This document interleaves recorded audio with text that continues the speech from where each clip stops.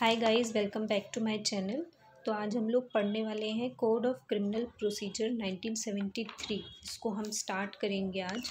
Okay, तो code of criminal procedure, ठीक है। सबसे पहले आपको पता होगा कि कोड किसी संहिता को कब कहा जाता है, किसी चीज़ को कोड कब कहते हैं।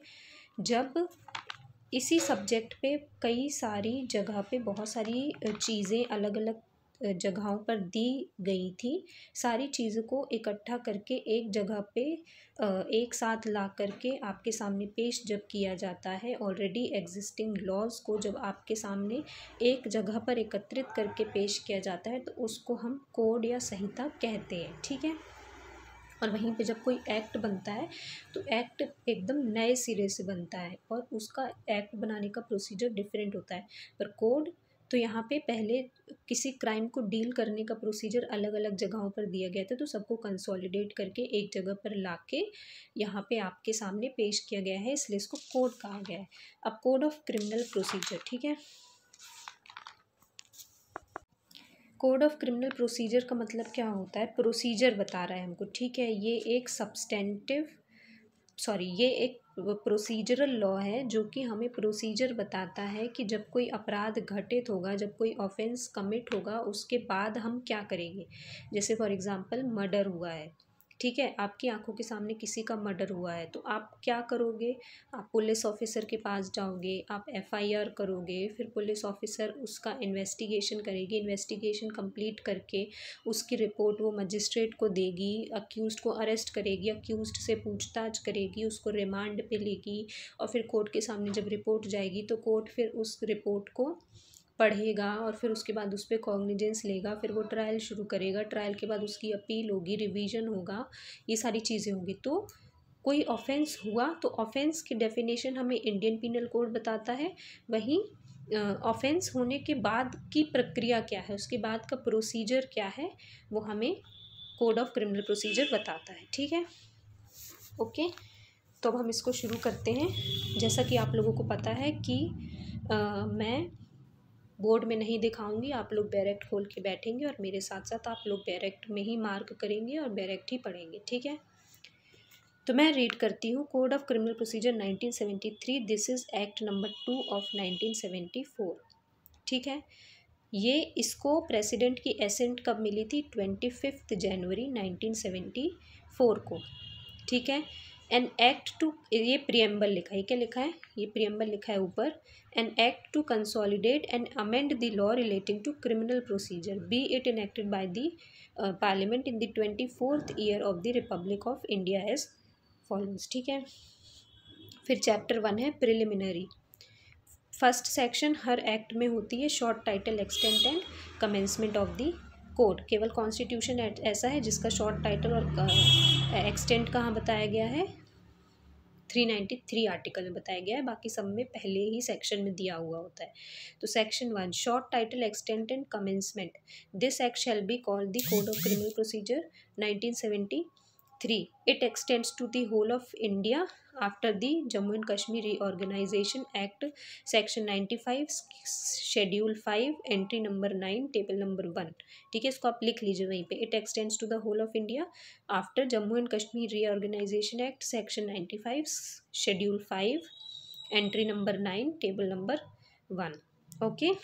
फिर provided that the provision of this code other than those relating to chapter 8, 10 and 11 thereof shall not apply to the state of Nagaland and to the tribal areas। पूरा CRPC स्टेट ऑफ नागालैंड और tribal areas पर apply नहीं होगा, accept केवल chapter 8, 10 और 11 को छोड़कर। केवल यही चैप्टर्स स्टेट ऑफ नागालैंड और ट्राइबल एरियाज में अप्लाई होंगे, बाकी सारे चैप्टर अप्लाई नहीं होंगे, ठीक है। But the concerned state government may by notification apply such provision or any of them to the whole or part of the state of Nagaland or such tribal areas as the case may be, with such supplemental, incidental or consequential modification as may be specified in the notification। But यदि state government वहाँ की चाहे तो notification के द्वारा इस code के chapters को यहाँ पर लागू कर सकती है, with such supplemental, incident and consequential modification, जो भी चाहे वो वो चेंजेस कैसे सप्लीमेंटल, इंसिडेंटल, कॉन्सिक्वेंशियल मॉडिफिकेशन करके इस एक्ट को वहाँ पे लागू करवा सकती है। In this explanation, in this section, tribal areas means the territories which immediately before 21st day of January 1972 were included in the tribal areas of Assam as referred to in the paragraph 20th of the 6th schedule to the constitution other than those within the local limits of the municipality of Shillong. Tribal areas means कहाँ की बोल रहा है? Tribal areas which were included in the tribal areas of Assam, ठीक है, other than those with in the local limits of municipality of Shillong, जो शिलोंग की local limits की म्यूनसिपैलिटी के अंदर नहीं आते हैं, उसके अलावा जो एरिया है ट्राइब असम का, उसको ट्राइबल एरियाज़ में इंक्लूड किया गया है, ठीक है। और ये कब से फोर्स में आया है ये act? It shall came into force on the 1st day of April 1974। अब हम आ जाते हैं सेक्शन नंबर 2, डेफिनेशंस, ठीक है। In this code unless the context otherwise directs, पहला है 2A, सबसे पहली डेफिनेशन किसकी दे रहा है? बेलेबल ऑफेंस की। Bailable offence means an offence which is shown as bailable in the first schedule or which is made bailable by any other law for the timing in force, and non bailable offence means any other offence. आप लोग अपनी बैरेक्ट के पीछे देखेंगे तो वहाँ पर first schedule दिया गया है, ठीक है। पहला ही जो शेड्यूल है वो फर्स्ट शेड्यूल है, तो वहाँ पर हमें ऑफेंसेस बताए गए हैं इंडियन पीनल कोड के। और यहाँ पे आप देखेंगे पीछे कि 5 कॉलम में इसको डिवाइड किया गया है। SOP, CBT, section, offence, punishable, cognizable, non cognizable, bailable, non bailable, और किस कोड के द्वारा इन ऑफेंसेस का ट्रायल किया जाएगा, ठीक है। तो पहला ही ऑफेंस जो आप देख रहे होंगे सेक्शन 109, जो कि अबेटमेंट ऑफ एनी ऑफेंस के बारे में बात कर रहा है। इसकी पनिशमेंट है same as for offence is abetted, और ये कैसा है? ये कॉग्निजेबल और नॉन कॉग्निजेबल दोनों हैं, जैसा ऑफेंस होगा वैसा कॉग्निजेबल या नॉन कॉग्निजेबल, और बेलेबल और नॉन बेलेबल, तो जैसा वो ऑफेंस होगा वैसा बेलेबल और non bailable. By what court is test triable, जैसा जिस कोर्ट के द्वारा वो अबेटेड ऑफेंस ट्राई किया जाना होगा उस कोर्ट के द्वारा। तो ये तो आपको समझ में शायद नहीं आया होगा, रुको मैं आपको बताती हूँ। आप लोग आ जाइए सेक्शन नंबर 302, इसी शेड्यूल में सेक्शन नंबर 302 निकालिए जरा।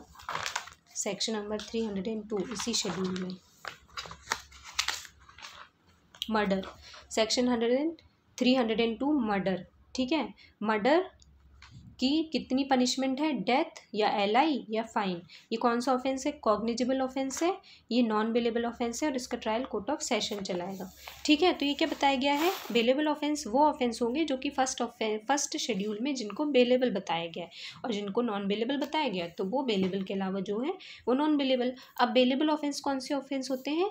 कि जब भी, पहली बात तो पुलिस ऑफिसर बेलेबल ऑफेंस में आपको जब भी अरेस्ट करेगी तो उस सिचुएशन में क्या कर देगी, वो आपको थाने से, बोलते हैं ना थाने से बेल मिल जाती है, तो पुलिस ऑफिसर आपको थाने से ही सिक्योरिटी लेकर के या विदाउट श्योरिटी या विदाउट श्योरिटी आपको थाने से ही बेल दे देगी, तो वो बेलेबल ऑफेंस। और नॉन बेलेबल ऑफेंस में आपको थाने से बेल नहीं मिलेगी, पुलिस ऑफिसर नहीं देगा, वो आपको 24 घंटे के अंदर अरेस्ट के बाद आपको मजिस्ट्रेट के पास पेश करेगा, और फिर मजिस्ट्रेट की परमिशन से ही आपको बेल मिलेगी, ठीक है। फिर B है charge. Charge includes any head of charge when the charge contains more heads than 1। अब जब चार्ज हम पढ़ेंगे सेक्शन 211 से लेके 223 तक जब हम चार्ज पढ़ेंगे तो वहाँ पे हम इसको समझेंगे। चार्ज का मतलब होता है कि जिस अभियुक्त ने कोई अपराध किया है तो उसके ऊपर उस ऑफेंस का चार्ज लगता है, कि तुमने मर्डर किया है तो मर्डर का चार्ज लगेगा उसके ऊपर, है ना। Charge is nothing but it is a notice given to the accused that what offence he has committed, तो उसी को चार्ज कहते हैं, ठीक है। C क्या है? Cognizable offence. कॉग्निजेबल ऑफेंस का मतलब होता है वो ऑफेंसेस जिसमें पुलिस ऑफिसर आपको विदाउट वारंट क्या कर सकती है? अरेस्ट कर सकती है। तो ये भी कौन से ऑफेंसेस कॉग्निजेबल हैं? ये कहाँ बताया हुआ? फर्स्ट शेड्यूल में ही बताया हुआ है, ठीक है। फर्स्ट शेड्यूल में आपको बताया कौन से बेलेबल है, नॉन बेलेबल, और कौन से कॉग्निजेबल और नॉन कॉग्निजेबल है। तो कॉग्निजेबल ऑफेंस वो ऑफेंसेस होते हैं जिसमें कि पुलिस ऑफिसर के पास पावर होती है कि वो आपको विदाउट वारंट अरेस्ट कर सकती है, ठीक है। अब वारंट का मतलब क्या होता है? Warrant is kind of a permission taken by a magistrate कि मैं इस व्यक्ति को अरेस्ट करने जा रहा हूँ, तो परमिशन होता है वारंट। तो यदि आपने कोई कॉग्निजिबल ऑफेंस किया है, कोई गंभीर कॉग्निजिबल ऑफेंस ज़्यादातर गंभीर मामलों में ही होते हैं, तो जो भी आपने कॉग्निजिबल ऑफेंस किया है उस सिचुएशन में पुलिस आपको विदाउट वारंट अरेस्ट कर सकती है। जैसे आपने चोरी की, तो चोरी कॉग्निजेबल ऑफेंस है, तो उस सिचुएशन में पुलिस ऑफिसर को मजिस्ट्रेट से जाके पूछना नहीं है कि मैं अरेस्ट करूं कि नहीं। पुलिस ऑफिसर खुद ही आपको जाके अरेस्ट करेगा और आपको जेल में बंद कर देगा। ठीक है, अब यहीं पे अपन नॉन कॉग्निजेबल ऑफेंस पढ़ लेते हैं। तो ये नॉन कॉग्निजेबल ऑफेंस की डेफिनेशन दी हुई 2L में। नॉन कॉग्निजेबल ऑफेंस मतलब एनी अदर ऑफेंस जो कि कॉग्निजेबल नहीं है, तो नॉन कॉग्निजेबल जिसमें पुलिस ऑफिसर के पास ये पावर नहीं है कि वो without order of the magistrate आपको अरेस्ट कर सके। उसको पहले परमिशन लेनी होगी, फिर ही वो आपको अरेस्ट कर सकता है। कॉग्निजेबल ऑफेंस के कुछ एग्जांपल है, जैसे किडनैपिंग, मर्डर, डकैती, डेकॉइटी, और नॉन कॉग्निजेबल ऑफेंसेस की चीटिंग हो गया या डिफेमेशन हो गया। तो इन सारे केसेस में वो आपको without order of the magistrate arrest नहीं कर सकते हैं। कॉग्निजेबल ऑफेंसेस में वो without order of the magistrate investigation भी चालू कर देंगे, पर नॉन कॉग्निजेबल ऑफेंस में वो इन्वेस्टिगेशन भी चालू नहीं कर सकते without order of the magistrate. ठीक है, फिर हम आ जाते हैं सेक्शन 2D में। 2D बात करता है कंप्लेंट की। कंप्लेंट क्या होता है? Complaint means any allegation made orally or in writing to a magistrate with a view to his taking action under this code that some person whether known or unknown has committed an offence but does not include a police report। सबसे पहली बात, complaint में क्या include नहीं है? Police report include नहीं है। Police report कब होती है? जब कोई एफआईआर होती है। एफआईआर के बाद जब पुलिस पूरा इन्वेस्टिगेशन अपना कंप्लीट करती है, कंप्लीट करने के बाद जो इन्वेस्टिगेशन का रिजल्ट होता है वो पुलिस रिपोर्ट कहलाई जाती है। फाइनल रिपोर्ट जिसे कहते हैं, वो फाइनल रिपोर्ट 173 क्लॉज 2 में पुलिस ऑफिसर मजिस्ट्रेट को देता है। तो कंप्लेंट पुलिस रिपोर्ट नहीं है। कंप्लेंट किसको दी जाती है? कंप्लेंट मजिस्ट्रेट को दी जाती है। एफआईआर पुलिस ऑफिसर को होती है और कंप्लेंट मजिस्ट्रेट को होती है, या तो ओरली या राइटिंग में। क्यों? With a view to his taking action. कौन एक्शन लेगा? कि हम, जैसे मैं मजिस्ट्रेट को कंप्लेंट दे रही हूँ कि क्या करे वो, मैं जिस बात की कंप्लेंट दे रही हूँ उसमें वो एक्शन ले कि किसी व्यक्ति ने, चाहे वो व्यक्ति नोन है या चाहे वो व्यक्ति अननोन है, ने अपराध किया है। किसी व्यक्ति ने मेरे खिलाफ अपराध किया है जिसको मैं जानती हूँ शायद, या जिसको मैं नहीं जानती हूँ, but does not include a police report. इसका हम ऐसे भी ले सकते हैं कि जैसे फॉर एग्जांपल कि हम एफआईआर करने गए, पुलिस ऑफिसर एफआईआर नहीं करती है, उस सिचुएशन में एफआईआर नहीं लिखती है, तब भी हम क्या कर सकते हैं? कंप्लेंट फाइल कर सकते हैं। ठीक है, कॉग्निजेबल, अब जैसे कई लोगों को पता नहीं होगा कि कॉग्निजेबल ऑफेंसेस में ही एफआईआर होता है। नॉन कॉग्निजेबल ऑफेंस में पुलिस ऑफिसर एफआईआर नहीं लिखती, वो आपको एनसीआर की एक पर्ची बना देगी, नॉन कॉग्निजेबल रिपोर्ट की पर्ची बना देगी और आपको मजिस्ट्रेट के पास भेज देगी। तो उस सिचुएशन में भी आप कंप्लेंट ही करते हो। कई बार बोलते हैं ना पुलिस ऑफिसर की नहीं हम इसमें एफआईआर नहीं लिख सकते। वो इसलिए नहीं लिख सकते क्योंकि वो कॉग्निजेबल मामला नहीं है। कॉग्निजेबल मामले में ही एफआईआर होती है। ठीक है, तो यहाँ पे कंप्लेंट मीन्स एनी एलिगेशन आप किसी व्यक्ति के ऊपर लगा रहे हो, कि ताकि किसको दे रहे हो एलिगेशन की कंप्लेंट? मजिस्ट्रेट को, कि ताकि मजिस्ट्रेट एक्शन ले किसी नोन या अननोन पर्सन के अगेंस्ट कि उसने कोई अपराध किया है, but it does not include police report. ठीक है, अब एक्सप्लेनेशन में क्या कह रहा है? आप report made by a police officer in a case which discloses after investigation the commission of a non cognizable offence shall be deemed to be a complaint and the police officer by whom such report is made shall be deemed to be a complainant. अब देखो, police officer को, तुम police officer के पास गए, generally हमारे साथ कोई भी ऑफेंस होता है तो हम कोर्ट नहीं जाते, हम इतना नॉलेज नहीं होता तो हम पुलिस ऑफिसर के पास ही जाते हैं। तो पुलिस ऑफिसर ने उस मामले में क्या की? पुलिस ऑफिसर को भी पता नहीं चला, उसने ध्यान नहीं दिया और उसने एफआईआर लिख ली और इन्वेस्टिगेशन चालू कर दी। ठीक है, क्या समझ के कि ये मामला शायद कॉग्निजेबल है, लेकिन इन्वेस्टिगेशन के बाद उसको पता चलता है कि अरे ये मामला तो नॉन कॉग्निजेबल है, जिसमें मेरे पास पावर ही नहीं है इन्वेस्टिगेशन करने की। तो उसने जो रिपोर्ट बनाई होगी ना इन्वेस्टिगेशन की, उसको हम कंप्लेंट ट्रीट करेंगे यहाँ पर, और जो पुलिस ऑफिसर होगा उसको कंप्लेनेंट ट्रीट करेंगे। ठीक है, सिंपल सी बात है। यही लिखिए, report made by a police officer in cases which disclosures after investigation, the commission of a non-cognizable offence shall be deemed to be a complaint and the police officer by whom such report is made shall be deemed to be the complainant। ठीक है, बहुत easy है। अब आ जाते हैं high court. 2E high court means in relation to any state, the High Court for the state in relation to the union territory to which the jurisdiction of the High Court for a state has been extended by law, that High Court in relation to any other union territory, the highest court of criminal appeal for that territory other than the Supreme Court of India. State के लिए high court state की, union territory के लिए to which the jurisdiction of the high court of state has been extended by law that high court, और in relation to the other union territory the highest court of criminal appeal of that territory. फिर 2F India means the territories to which this court extend. ठीक है। 2G inquiry means inquiry other than a trial conducted under this court by magistrate और court. Trial के अलावा जो भी काम करेगी मजिस्ट्रेट या कोर्ट, जो भी काम करेंगे ट्रायल के अलावा, वो सब कुछ इंक्वायरी है। ठीक है। मजिस्ट्रेट और कोर्ट काम करेंगे ट्रायल के अलावा कुछ भी, वो सब इंक्वायरी है। ट्रायल कब शुरू होती है? After framing of charge. जब कोर्ट चार्ज फ्रेम कर लेता है ना, उसके बाद वो ट्रायल शुरू करता है। तो कॉग्निजेंस लेने से और ट्रायल शुरू होने तक सारी चीज़ सब इंक्वायरी है। 2G। ठीक है। 2H हमें बताता है इन्वेस्टिगेशन के बारे में। Investigation includes all the proceeding under this code for the collection of evidence conducted by a police officer or by any person other than magistrate who is empowered, who is authorised by magistrate in this behalf. सबसे पहली बात, other than a magistrate. Investigation कभी भी magistrate नहीं करता, हमेशा police officer ही करता है। तो पुलिस ऑफिसर के द्वारा की गई हर वो कार्यवाही, क्यों कर रहा है वो कार्यवाही? For the collection of evidence. Police का क्या काम होता है? क्राइम हुआ उसके बाद वो इन्वेस्टिगेशन क्यों करता है? एविडेंस कलेक्ट करने के लिए ना। तो वो स्टेट की बॉडी है, ऑफेंस स्टेट के अगेंस्ट होता है, तो वो स्टेट के लिए काम कर रही है कि जो भी अपराध हुआ है, जिसने भी अपराध किया, अपराधी के खिलाफ एविडेंस को कलेक्ट करना ही पुलिस का काम होता है। ठीक है। तो includes all the proceedings under this code for the collection of evidence conducted by police officer or by any other person other than magistrate who is authorised by magistrate in this behalf. फिर 2I judicial proceeding includes any proceeding in the course of which evidence is may be legally taken on oath। Judicial proceeding में क्या होता है? Oath पे evidence लिया जाता है। ठीक है। 2I जुडिशियल प्रोसीडिंग मतलब कि एविडेंस को ओथ पर लेना। ये पावर केवल जजेस के पास होती है, पुलिस ऑफिसर कभी भी ओथ पर एविडेंस नहीं लेते हैं। फिर 2J local jurisdiction in relation to court or magistrate means the local area within which the court or magistrate may exercise all or any of its or his powers under this code, and such local area may comprise the whole of the state or any part of the state or the state government may by notification specify।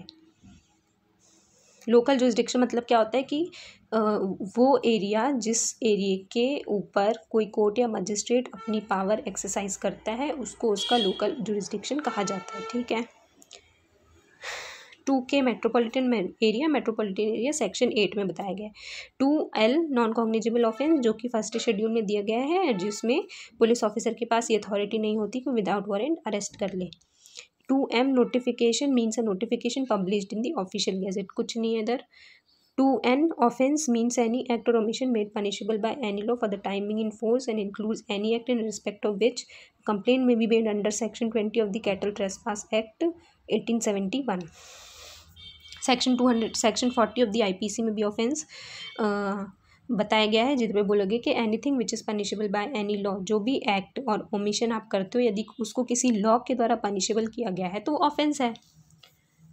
ठीक है। आप कोई भी काम कर रहे हो, उसको यदि किसी लॉ के द्वारा पनिशेबल बनाया गया तो वो ऑफेंस है। समझ में आ गया ना? सिंपल सी बात है। जैसे फॉर एग्जांपल कोई व्यक्ति डूब रहा है नदी में, वो मेरी मॉरल ड्यूटी है उसको बचाना, मैंने नहीं बचाया, वो मर गया, तो क्या मुझे पनिश करोगे आप उस चीज़ को? पनिश करते यदि वो पनिशेबल होता तो, पर पनिशेबल नहीं है तो आप पनिश नहीं कर सकते, इसलिए वो ऑफेंस नहीं है। ठीक है।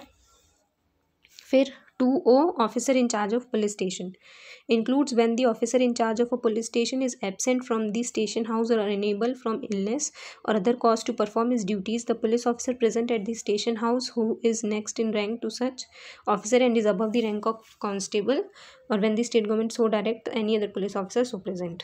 Officer in charge of police station कौन होगा? कांस्टेबल की रैंक से ऊपर वाला हर वो व्यक्ति जो कि स्टेशन हाउस पर है, वो officer in charge of the police station होगा। फिर 2P place includes a house, building, tent, vehicle or vessel. 2Q pleader, when used with reference to any proceeding in any court, means a person authorized by or under any law for the time being in force to practice in such court and includes any other person appointed with the permission of the court to act in such proceeding. 2R बात करता है police report की, means a report forwarded by a police officer to a magistrate under subsection 2 of 173. मैं बता चुकी हूँ आपको कि पुलिस रिपोर्ट क्या होती है, ठीक है। 2S इतना इंपॉर्टेंट नहीं है। 2U पे आ जाइए। Public prosecutor means any person appointed under section 24 and includes any person acting under the direction of the public prosecutor. Public prosecutor कौन होगा? हर वो व्यक्ति जो कि सेक्शन 24 के अंदर अपॉइंट किया गया है। क्या कह रहा है इधर पे कि विक्टिम मीन्स जिसने कोई लॉस और इंजरी सफ़र की है, किसके एक्ट और ओमिशन की वजह से? अक्यूज्ड के एक्ट और ओमिशन की वजह से, जिसके ऊपर उसके साथ अपराध करने का चार्ज लगाया गया है। और विक्टिम में इंक्लूड कौन है? उसके गार्जियन और लीगल ईयर, ठीक है। वारंट केस हम बता चुके। 2X में दिया हुआ वारंट केस, 2W में दिया हुआ है समन्स केस, ठीक है। ख़त्म हो गया क्या? हाँ, ख़त्म हो गया। Words and expression used here in and not defined but defined in the Indian Penal Code have meanings respectively assign to them in that code. यदि यहाँ CRPC में कोई डेफिनेशंस नहीं बताई हुई हैं और वो IPC में बताई हुई हैं तो IPC की डेफिनेशन को फॉलो करेंगे हम, यदि यहाँ पे नहीं बताया हुआ है, ठीक है। So hey guys, that's it for today. I hope you've understood all the sections I've told you. Please guys support, share and like this video and support my channel. If you want me to make more such videos, I'll love to make for you guys, but please support me. Okay, bye.